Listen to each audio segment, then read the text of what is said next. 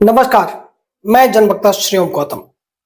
आज हम supreme court के जिस फैसले की बात करने जा रहे हैं वो आम आदमी के फायदे की बात है, लेकिन इस फैसले से आम आदमी का भी फायदा होने वाला है और अपराधियों का भी फायदा हो सकता है, क्योंकि ज्यादातर केस में अपराधियों के पास संसाधन ज्यादा होते हैं, आम आदमी के पास उतने संसाधन नहीं होते हैं।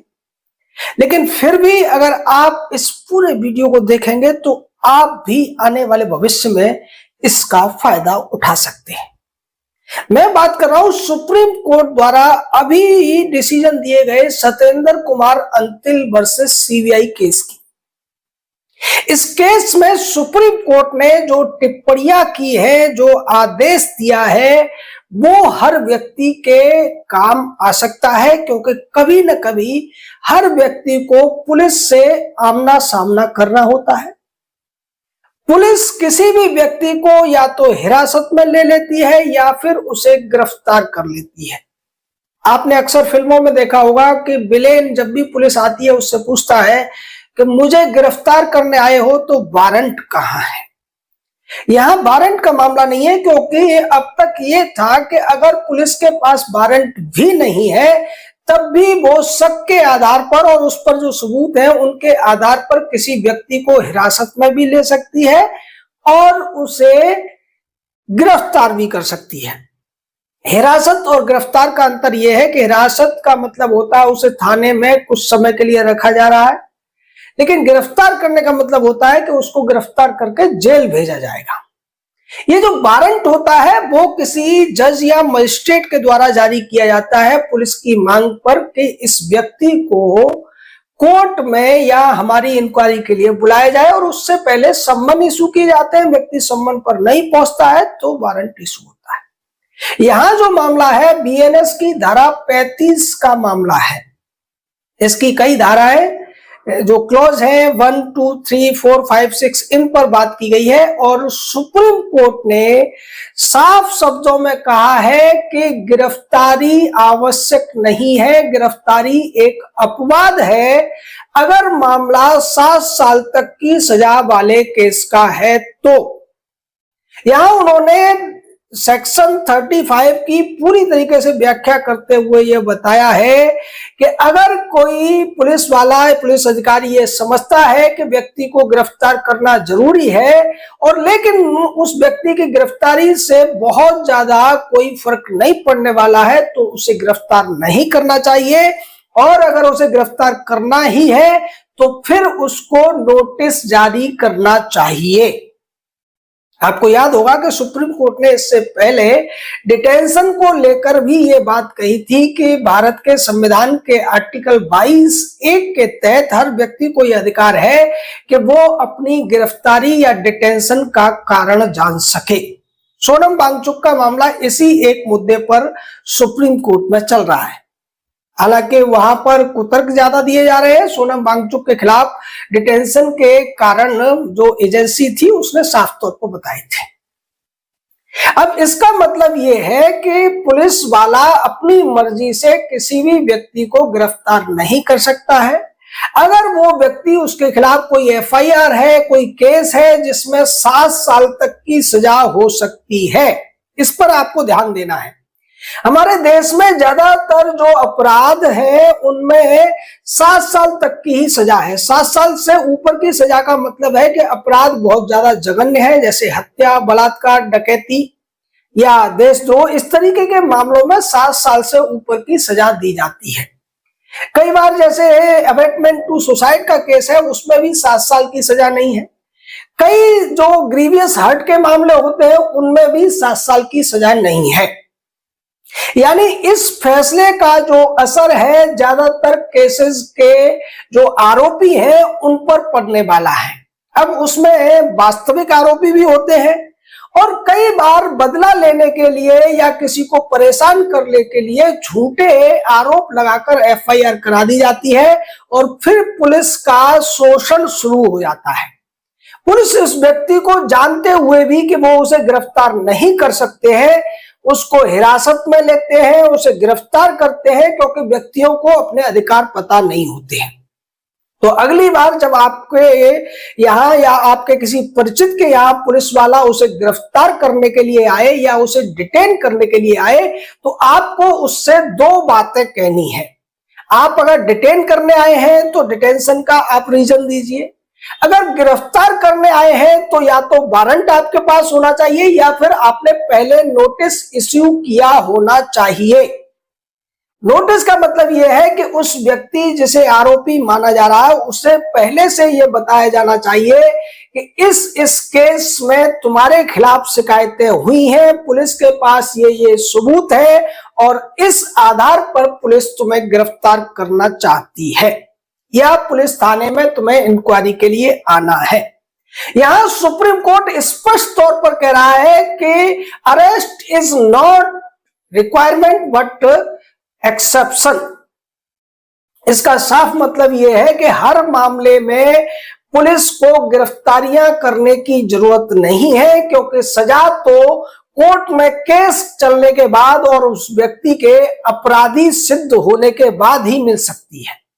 अब इसका जो असर है आम आदमी के लिए तो है ही, लेकिन जो ज्यादातर अपराधी होते हैं, जो इस तरीके के क्रिमिनल्स होते हैं, उनको इसका बहुत ज्यादा फायदा मिलने वाला है, क्योंकि वो ज्यादातर लोग रसूखदार और संसाधनों वाले होते हैं। आम आदमी को अगर ये मामला पता भी है और वो पुलिस वाले को इसको बताएगा तो पुलिस वाला उसको डांट देगा और उससे कहेगा कि ज्यादा वकील मत बनो, नहीं तो और 2-4 धाराएं लगा दूंगा।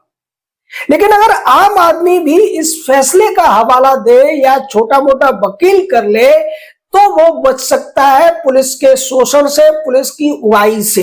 क्योंकि अल्टीमेटली अब जब ये सुप्रीम कोर्ट का फैसला आ गया है तो पुलिस का जो चौकी इंचार्ज होगा, दरोगा होगा या ऊपर के जो अधिकारी होंगे, वो भी जानते हैं कि इस व्यक्ति को गिरफ्तार करके जेल तो नहीं भेजना है, लेकिन उससे पहले उस व्यक्ति को वो टॉर्चर करके उससे जितना हो सकता है उतना पैसा निकालने की कोशिश करेंगे। यानी अब तक पुलिस जो किसी भी व्यक्ति को डर दिखाती थी, और अच्छे अच्छे पढ़े लिखे लोग भी पुलिस से इसीलिए डरते थे कि पुलिस वाला किसी भी मामले में उनको अंदर कर सकता है। खासकर पुलिस के पास एक बड़ा हथियार अभी भी है और वो होता है नारकोटिक्स एक्ट का। ज्यादातर पुलिस वाले जब रात में गश्त के लिए निकलते हैं, जहां बहुत ज्यादा अराजक राज्यों की मैं बात कर रहा हूं, तो उनकी जेब में नशे की कुछ पुड़ियाएं होती हैं और वो जो भी व्यक्ति उनसे उलझता है उसको उन पुड़िया के साथ बरामद दिखा देते हैं, जो कि एक जो परमिसिबल जो क्वांटिटी है उससे ज्यादा होती है। ये पुलिस वाले खुद स्वीकार करते हैं, वो कहते हैं हम अपनी सुरक्षा के लिए ऐसा करते हैं। कई बार लोग हमें परेशान करते हैं और उनको पकड़ने के लिए हमारे पास पर्याप्त सबूत जब नहीं होते तो फिर ऐसा हम करते हैं।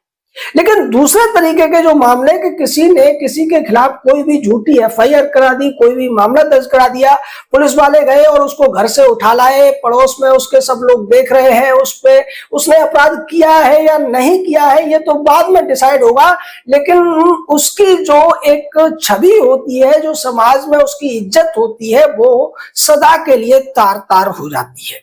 और ऐसा होने पर बहुत सारे लोग परेशान होकर आत्महत्या तक कर लेते हैं, क्योंकि बाद में अगर वो निर्दोष होकर छूट भी जाते हैं तो जो असर है, जो समाज में उनकी जो एक चरित्र हनन है, वो पहले ही हो चुका होता है और वो लोग इतने हताश और निराश हो जाते हैं कि वो जीना नहीं चाहते। ये जो फैसला है भारत के 140 करोड़ से ज्यादा लोगों के फायदे का भी है, और इसमें चूंकि 140 करोड़ लोगों की हम बात कर रहे हैं तो वो अपराधी भी आते हैं जो अब तक इसकी वजह से गिरफ्तार हो जाया करते थे। यानी अगर अपराधी भी अपने वकील के माध्यम से पुलिस को यह बता देता है कि आप पहले मुझे नोटिस दीजिए तभी गिरफ्तार कीजिए। हाँ, यहाँ पर सुप्रीम कोर्ट ने कुछ चीजें छोड़ी हैं, लेकिन उनमें भी कई सारी कंडीशंस लगा दी हैं। सुप्रीम कोर्ट का यह कहना है कि अगर उस व्यक्ति द्वारा सबूतों को मिटाए जाने की संभावना नहीं है, अगर उस व्यक्ति के द्वारा गवाहों को धमकाए जाने की संभावना नहीं है, अगर उसके भाग जाने की संभावना नहीं है, अगर उसके पुलिस के रिमांड के लिए आने की संभावना नहीं है, तो फिर गिरफ्तारी नहीं होनी चाहिए। ये वही सारी बातें हैं जो सुप्रीम कोर्ट या हाई कोर्ट जमानत देते समय देखता है। यानी अब किसी भी मामले में जिसमें 7 साल तक की सजा है, उसमें जो चीजें जमानत के लिए देखी जाती हैं, वही चीजें पुलिस को गिरफ्तार करने से पहले देखी जानी चाहिए।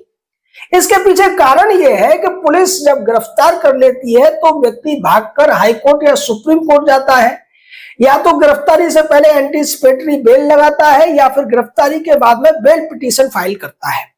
यानी कोर्ट का यह कहना है कि जब वो स्पष्ट तौर पर यह दिखाई दे रहा है कि गिरफ्तारी जरूरी नहीं है, तो फिर गिरफ्तारी नहीं होनी चाहिए। पहले यह सब पुलिस वालों के विवेक पर था और वो इस विवेक का इस्तेमाल पैसा कमाने के लिए करते थे। ज्यादातर मामलों में अभी भी जो जेलों के अंदर अगर देखा जाए तो 2/3 से ज्यादा वो लोग हैं जो अंडर ट्रायल हैं। यानी इसी तरीके के मामले हैं कि पुलिस ने किसी को गिरफ्तार किया, आज तक जांच चल रही है, उस व्यक्ति के पास इतने पैसे नहीं है कि वो अपनी जमानत करा सके। अब आप सोचिए, एक पुराना मामला है, करीब 20-25 साल पहले हमने इसको पढ़ा था कि एक 90 साल की बुढ़िया को अपनी पोती की हत्या के जुर्म में गिरफ्तार करके जेल में डाल दिया गया था। मामला सीजीआई तक पहुंचा था और उस मामले में सबसे बड़ा तथ्य यह सामने आया था कि जिस बुढ़िया को अपनी पोती का गला काटने के लिए जेल में डाला गया था, उसके हाथ कांपते थे, वो सही तरीके से खाना पकड़ने में भी वो हाथ कांपते थे, तो फिर वो चाकू या छुरा या कोई हथियार से कैसे किसी की गर्दन काट सकती है। यानी इतने ज्यादा ओपन एंड शट केस होते हुए भी पुलिस ने उस बुढ़िया की जो बहू या जो दूसरे रिश्तेदार थे उनके पैसों के लालच में आकर उसको अंदर डाल दिया था। तो इस तरीके के जो मामले होते हैं उनमें इस फैसले के बाद निश्चित तौर पर आम आदमी को राहत मिलने वाली है। हम बार बार आपसे कहते हैं कि जो ज्ञान का प्रकाश है वो बहुत बड़ी शक्ति होती है। आप सब चाहे आपका कभी इससे पाला पड़ता हो न पड़ता हो, लेकिन अगर आप इस फैसले को ध्यान में रखेंगे, आपके किसी परिचित के साथ ऐसा हो रहा है, उसे गिरफ्तारी का डर है, उसको फंसाया जा रहा है, तो फिर इस फैसले का उल्लेख करके या अपने किसी छोटे-मोटे वकील के माध्यम से कर सकते हैं, क्योंकि आप करेंगे तो पुलिस वाले निश्चित तौर पर आपको धमका देंगे। लेकिन काला कोट पहनकर कोई भी वहां पहुंच जाता है तो पुलिस वाले थोड़ी सी उसे इज्जत देते हैं, क्योंकि पुलिस वालों का वकीलों से थोड़ा सा डर जरूर रहता है। तो इस तरीके से हर व्यक्ति पुलिस के उत्पीड़न से बच सकता है। हालांकि जैसा हमने शुरू में कहा कि इसका फायदा अपराधी भी उठा सकते हैं, लेकिन कानून है उसका दुरुपयोग भी होता है, प्रयोग भी होता है, और इससे जो 140 करोड़ से ज्यादा लोगों को एक पुलिस उत्पीड़न से बचने का रास्ता मिलता हुआ दिखाई दे रहा है, इसलिए इसको सभी को जानने की जरूरत है। क्योंकि आए दिन किसी न किसी मामले में पुलिस से हमारा सामना होता ही रहता है, चाहे हम कभी भी कोई अपराध न करें, उसके बावजूद पुलिस वालों का जो डर है, और डर की वजह यही है कि वो किसी भी मामले में आपको बिना किसी वजह बताए थाने में जाकर बिठा देते हैं, यानी हिरासत में ले लेते हैं, या फिर आपको गिरफ्तार करके जेल भेज देते हैं और फिर आप वकीलों के माध्यम से कोर्ट के चक्कर लगाते रहिए, जमानत की याचिकाएं लगाते रहिए और तारीख पे तारीख झेलते रहिए। इस फैसले को आप सबको पूरी तरीके से समझ लेना चाहिए। इसकी हम लिंक भी आपको दे देंगे, उस लिंक के आधार पर आप चाहें तो इसको डाउनलोड कर सकते हैं, क्योंकि ये आने वाले समय में हर व्यक्ति के काम आने वाला है। कई बार ऐसा होता है कि आप किसी का सच्चाई में पक्ष ले रहे होते हैं और वो व्यक्ति आपको ही फंसाने के लिए शिकायत कर देता है, पुलिस वालों को पैसे दे देता है और पुलिस वाले आपको थाने उठाकर ले जाने लगते हैं। वहां फिर जो आपके हितैषी भी होते हैं वो भी कन्नी काट जाते हैं, उन्हें यह डर लगता है कि कहीं हमें भी ना साथ ले जाए। तो उन मामलों में ये फैसला बेहद काम का है कि अगर पुलिस वाला आपको थाने ले जाने की बात कर रहा है, ये कह रहा है कि आपके पास खिलाफ अपराध के आरोप है, एफआईआर है, केस है, तब भी आप उससे सुप्रीम कोर्ट के इस फैसले का हवाला देकर और उससे पहले संविधान के आर्टिकल 22(1) का हवाला देकर उससे ये कह सकते हैं कि आप मुझे हिरासत में लेना चाहते हो या गिरफ्तार करना चाहते हो। अगर हिरासत में लेना चाहते हो तो मुझे लिखित में कारण दिखाओ, ये भी सुप्रीम कोर्ट का आदेश है। और अगर आप मुझे गिरफ्तार करना चाहते हो तो वारंट कहां है, नोटिस कहां है। यानी बिना वारंट या नोटिस के किसी भी व्यक्ति को ऐसे किसी केस में जिसकी सजा मैक्सिमम 7 साल से कम है तो फिर पुलिस वाले गिरफ्तार नहीं कर सकते हैं। और जैसा कि हमने इलाहाबाद हाईकोर्ट का फैसला बताया भी था कि अगर किसी व्यक्ति को बिना कारण बताए गिरफ्तार किया जाता है तो पुलिस वालों के खिलाफ कार्रवाई होगी, उन्हें सस्पेंड कर दिया जाएगा। ये इलाहाबाद हाईकोर्ट ने एक फैसला दिया है, ये यूपी में लागू है। तो इस फैसले से अब देश के तमाम जो आम जन है उनको निश्चित तौर पर फायदा होगा। आप लोग इसकी जानकारी ज्यादा से ज्यादा लोगों को तक पहुंचाएं, क्योंकि पुलिस के उत्पीड़न का डर तो हर शरीफ आदमी को लगा रहता है। एक बार पुलिस आपको बेइज्जत करते हुए ले जाती है, और पुलिस आराम से किसी को नहीं ले जाती। वो जब भी किसी को पकड़ते हैं इतनी गंदी गंदी गालियां देते हैं, उसके साथ बदसलूकी करते हैं। और अपराधियों के मामले में ये उल्टा होता है। अपराधी जब जघन्य अपराधी होता है, पुलिस बड़ी इज्जत के साथ उसको लेकर जाती है, उसका चेहरा ढक के ले जाती है। मीडिया वाले भी अगर सामने आ जाए तो उसके चेहरे को ढक दिया जाता है। यानी अपराधियों की इज्जत अफजाई की जाती है और शरीफ लोगों की बेइज्जती पुलिस के द्वारा की जाती है इस तरीके के मामलों में। तो उन मामलों में ये जो फैसला है वो आपकी ढाल बन सकता है। इसलिए हमने इस फैसले को विस्तार से आपके सामने रखा है। हम डिस्क्रिप्शन में इसकी लिंक भी दे देंगे।